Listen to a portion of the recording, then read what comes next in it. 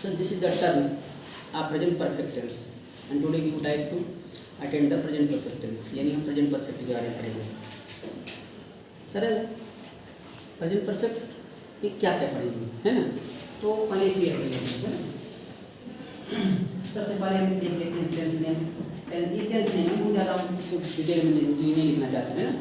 दूसरी चीज़ है helping verb, बहुत ही सरल है, वही रिदम है जैसे पहले से चल रहे हैं। जहाँ पर थोड़ी सी प्रॉब्लम आएगी I would like to solve that, okay. Third form name,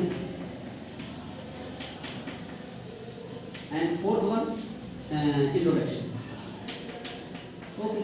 तो टेंस नेम में अपन ने क्या लिख दिया, present perfect tense, present perfect.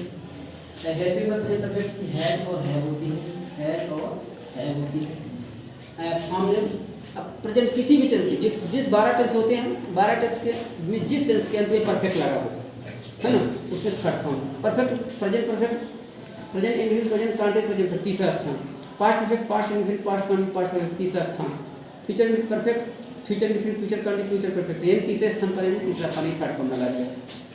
हाँ में कोई डाउट होने नहीं चाहिए।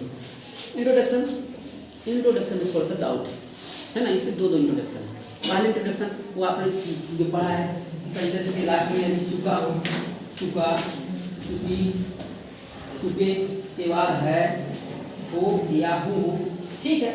एक और है, जैसे मैंने कहा वह गया, है ना, मैंने पढ़ाई की, वह दौड़ा, है ना, तुम समझे। मैंने कुछ ऐसे सेंटेंस होते हैं, है ना, जिसके अंत में कुछ भी नहीं होता है। तो अगर कुछ नहीं है तो पास्ट इंडिफिनिट टेंस का हो जाता है। तो ये तो एक पहचान हुई प्रेजेंट परफेक्ट की। दूसरी पहचान और है ना। तो हमने कैसे बताया कि अगर किसी सेंटेंस के अंत में, सेंटेंस के लास्ट में यानी परफेक्ट की जो कंडीशन होनी चाहिए अगर ना हो, जैसे हमने कहा कि चुका, चुकी, चुके ना हो, तब भी वो सेंटेंस परफेक्ट का हो जाता है। जैसे हमने वह गया, तो वह गया ये पास्ट इंडिफिनिट टेंस है, पर इसके बाद अगर है लग जाए तो प्रेजेंट परफेक्ट का हो जाएगा। अगर वह गया लिखा है और उसके बाद था लग जाए, गया था हो जाए, तो पास्ट परफेक्ट का हो जाएगा। ऐसे अगर वह गया है और उसके बाद होगा लग जाए तो फ्यूचर परफेक्ट है। बहुत से जैसे मैंने बात की, ये पास्ट परफेक्ट है, क्योंकि बात की के बाद कुछ भी नहीं लगा है। अब मैंने बात की है, आई हैव टॉक्ड, है ना, तो अभी प्रेजेंट परफेक्ट का हो गया। तो मैंने दूसरा नियम क्या हो गया कि अगर किसी भी सेंटेंस में लास्ट में यानी वो पहचान को फॉलो ना कर रहा हो, या यही आ जाए, है ना, का के की आ जाए, पा के पी जो कुछ भी आ जाए, पर उसके बाद अगर मैंने यानी कहा अगर चुका, चुकी के बाद है हूँ आता है तो एक ठीक है। अगर चुका, चुकी ना भी आए तो उसके बाद भी अगर ऐसे शब्द आए, मैंने पढ़ा, वह खाया, तुम बोले, या यही आए आ रहा है, उसके बाद अगर है हूँ आ जाए तो प्रेजेंट तो होता है। दैट्स ऑल, इतना अब ट्रांसलेशन बनाने के लिए, है ना। तो पहला जो नियम है उसका है सिंपल सेंटेंस का नियम है ना। तो सबसे पहले अपन जब लिखेंगे तो वैसे लिखेंगे, यहाँ सबसे पहले लिख देंगे स्ट्रक्चर, STRUCTURE स्ट्रक्चर, है ना। अब यहाँ पर सेंटेंस, यहाँ सबसे पहले लिख देंगे sentence name, SENTENCE, sentence name. Sentence name क्या हो गया, सिंपल सेंटेंस,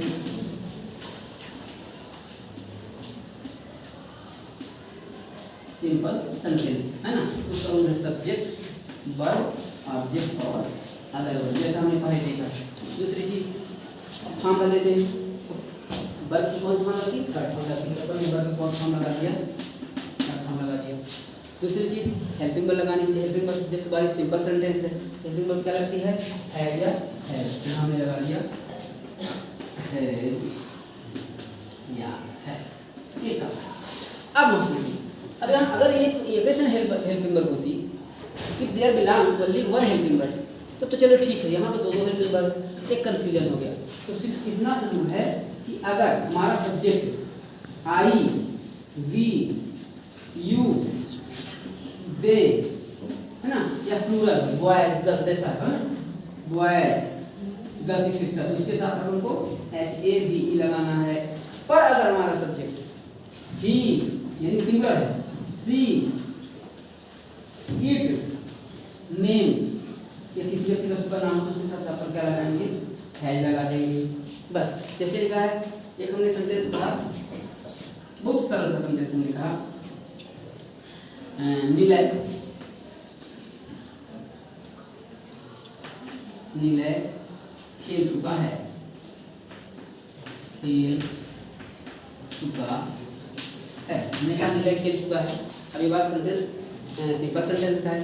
अपन इसको ट्रांसलेशन बनाएंगे। सबसे पहले किसकी इंग्लिश बनाएंगे? सब्जेक्ट की। तो सब सवाल पैदा होगा सब्जेक्ट क्या है, सब्जेक्ट की पहचान क्या होती है। तो हमने सब्जेक्ट की पहले ही पहचान इसके पहले बता दिया है। फिर बता देते हैं कि अगर वर्ब में, क्रिया में अगर कौन या किसने का प्रश्न किया जाए तो अगर प्रश्न करने पर जो उत्तर आएगा वह निश्चित रूप से उस सेंटेंस का सब्जेक्ट होगा। जैसे हमने कहा नीलय खेल चुका है, तो उसमें कौन लगा दिया, कौन खेल चुका है, नीलय। तो जो नीलय है इसका क्या हो गया, सब्जेक्ट। सबसे पहले किसके लिए हमने बना दिया, सब्जेक्ट, यानी हमने कर दिया नीलय। ठीक। अब उसके बाद लिखा है या है, सवाल पता है हैज लगाऊं कि हैव लगाऊं। तो अब यहाँ पे स्पष्ट लिखा है अगर हमारा सब्जेक्ट ही हो यानी वह पुरुष के लिए हो, सी हो यानी लड़की के लिए हो, इट हो या किसी व्यक्ति का नाम हो तो उसके साथ अपन क्या लगा देंगे, हैज लगा देंगे। तो चूंकि यहाँ पर नीलय नाम है ना, इसलिए इसके साथ हम है में से किसको लगा देंगे, हैज को लगा देंगे। अपन ने क्या कर दिया, नीलय है। तीसरी चीज वर्ब का थर्ड फॉर्म। तो सवाल में वर्ब क्या होता है, वर्ब की पहचान क्या होती है। तो पहचान के ठीक पहले, उस टेंस की जो पहचान हो उसके ठीक पहले वाला जो शब्द होता है वही वर्ब होता है। तो पहचान है चुका है, चुका चुकी चुके बाद है, वो यही पहचान है। किसके पहले क्या लिखा, खेल, खेल यानी खेलना, यानी यही इसकी क्या हो गई, वर्ब हो गई। तो खेलना क्या है, वर्ब हमने लगा दिया। तो वर्ब क्या है, प्ले है। लेकिन ये क्या क्या है, वर्ब की थर्ड माने थर्ड फॉर्म। तो प्ले तो फर्स्ट फॉर्म है। तो प्ले प्लेड प्लेड ऐसे रखता है, इसको ऐसे चलेगा, प्ले प्लेड प्लेड। ठीक है। तो अब यहाँ पे प्लेड है वर्ब की थर्ड फॉर्म है ना, नीलय है प्लेड। फिर अगली चीज है प्लस ऑब्जेक्ट प्लस अदर। मैंने ऐसा सेंटेंस ही नहीं दिया जिसमें ऑब्जेक्ट और अदर पढ़ा है। क्यों, क्योंकि मैं नहीं चाहता हूँ कि आप कंफ्यूज हो। हमने कई बार पहले ही ऑब्जेक्ट बता दिए हैं, है ना। तो हम सोच रहे हैं कि सरल तरीके से आप पहले उसको पूरे 6 के 6 सेंटेंस को पहले आप कवर कर पाओ। नीलय है प्लेड, ये आपका हो गया सिंपल सेंटेंस। ठीक है। अब इसको मिटाकर आगे बढ़ते हैं। तो फर्स्ट सेंटेंस अपना हो गया। अब सेकंड सेंटेंस है ना, दूसरे नंबर की बारी है ना। तो दूसरा सेंटेंस जो बेटा वो है इसी टेंस का इंट्रोगेटिव सेंटेंस। ठीक है। तो सवाल पैदा कि इंट्रोगेटिव सेंटेंस कैसे बनाते हैं। तो अपन पहले ये प्रक्रिया शुरू करते हैं ना। तो सेंटेंस नेम में अभी हमने जो लिखा था सिंपल सेंटेंस, अब हम इसको सेंटेंस में क्या लिख देंगे, सेंटेंस नेम में interrogative sentence, INTERROGATIV interrogative sentence. ठीक है।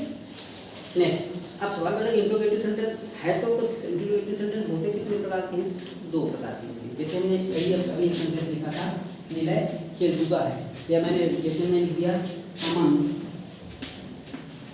अमन ठीक है दौड़ चुका है, मैंने लिख दिया। अब इसका प्रश्नार्थक वाक्य बनाएंगे तो 2 प्रकार बनेगा। एक, क्या अमन दौड़ चुका है, ये भी सही है, और अमन क्यों दौड़ चुका है, ये भी सही है ना। तो जब क्या अमन दौड़ चुका है हमने लिख दिया तो ये प्रेजेंट परफेक्ट का माने प्रश्नवाचक वाक्य तो है, इंट्रोगेटिव सेंटेंस तो है, लेकिन इंट्रोगेटिव शुरू में आने पर है ना। तो हम अभी बताएंगे शुरू में आने पर है ना। उसको मैंने अंग्रेजी बोलते हैं एसनो टाइप। सवाल पैदा हो तो एसनो टाइप क्या बोलते हैं, ठीक है। एसनो टाइप इसलिए इसको बोलते हैं, जैसे हमने लिख दिया क्या अमन दौड़ चुका है ना। तो जब ये जाने की बात है क्वेश्चन मार्क लग जाएगा। जब भी आप बनाएं तो इसको इस प्रकार से फॉलो करना है।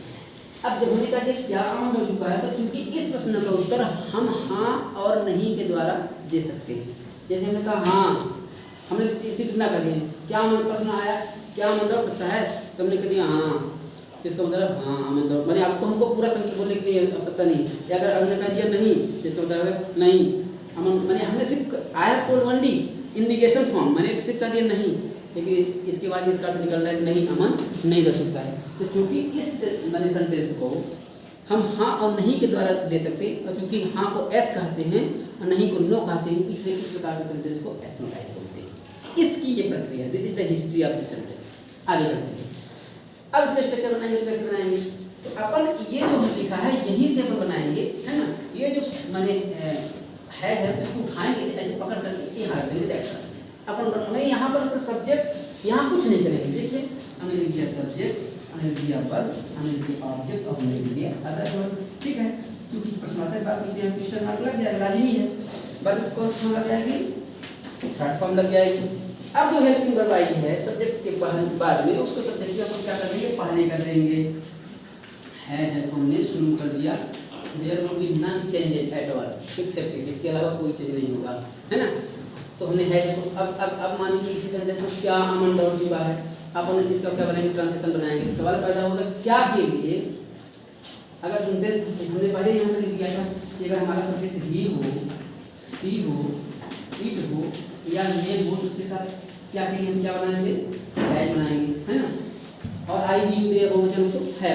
तो अब क्या के लिए, क्योंकि नाम है, क्या अमन दौड़ चुका है, तो क्या के लिए हम हैज ले लेंगे, है ना। तो यहाँ हैज है में से दो में से एक ले लिया हैज, हमारा ट्रांसलेशन होंगे हैज। ठीक है, उसके बाद सब्जेक्ट क्या है, अमन, तो हैज अमन। ठीक है, उसके बाद वर्ब की थर्ड फॉर्म, तो द वर्ब क्या है, दौड़ना, तो रन रन रन रन का थर्ड माने एक ही रहता है ना, हैज अमन रन। ठीक है, उसके बाद ऑब्जेक्ट का वर्ड हमने दिया ही नहीं, दैट्स ऑल। यहाँ पर हमने क्या कर दिया, क्वेश्चन मार्क लगा दिया। ओके, तो अब थर्ड वर्ड। ओके, नेक्स्ट, तो नेक्स्ट वन अभी हमने क्या बताया कि जो वर्ब का क्या कहना चाहिए, जब इंट्रोगेटिव एथनो टाइप होगा यानी शुरू में आने होगा, तो सिर्फ हेल्पिंग वर्ब का अपन क्या कर देते हैं, शुरू में कर देते हैं। बीच में जब आएगा तो बी ऐसे होगा, थोड़ा सा परिवर्तन करना पड़ेगा। जैसे मान लीजिए थर्ड वर्ड है ना, तीसरा सेंटेंस का क्या नाम है, इंट्रोगेटिव, INTERROGATIV, इंट्रोगेटिव सेंटेंस। कौन टाइप, WH टाइप। सवाल पैदा होता है किसको, WH टाइप काहे कहते हैं। ठीक है, बताते हैं। सबसे पहले अपन स्ट्रक्चर फॉलो कर लेते हैं, सब्जेक्ट, वर्ब, ऑब्जेक्ट और अदर। ठीक है, वर्ब कौन सी फॉर्म थी, थर्ड फॉर्म थी। ठीक है, अब जो अपन हेल्पिंग वर्ब लेते हैं, है ना, तो हमने यहाँ पर हैज और है रखा था, इसमें भी कोई प्रॉब्लम नहीं है। अब बीच में आने पर, जब बीच में आने पर रहेगा, है ना, जैसे एक सेंटेंस हमने लिखा था कि अमन दौड़ चुका है, हमने लिखा था अमन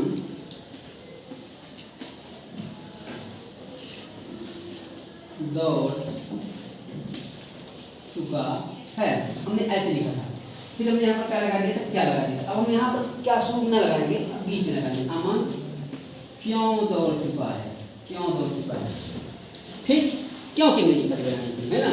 तो जब बीच में आने पर हो, तो यहाँ पर क्या कर देंगे, नई चीज सिर्फ क्वेश्चन दे, उनकी मर्जी का क्वेश्चन बढ़ जाएगा, यहाँ सिर्फ क्वेश्चन बढ़ा जाएगा, है ना। जैसे यहाँ प्रश्न है, अमन क्यों दौड़ चुका है, ये बीच में आने पर हो गया, है ना। सबसे पहले क्वेश्चन वर्ड क्यों को सबसे क्यों के लिए नहीं, हम पूरा क्वेश्चन वर्ड जैसे होता है क्यों, उसको बोलते हैं वाई, वाई माने क्यों। ये होता है WHEN व्हेन माने कब। एक होता है हाउ, HOW हाउ, हाउ माने कैसे। एक होता है WHERE वेयर, वेयर माने कहाँ। एक दो तीन चार, फिर अब ये होता है वाट, WHAT वाट, वाट माने क्या, यहाँ पर ये नहीं लगेगा, है ना।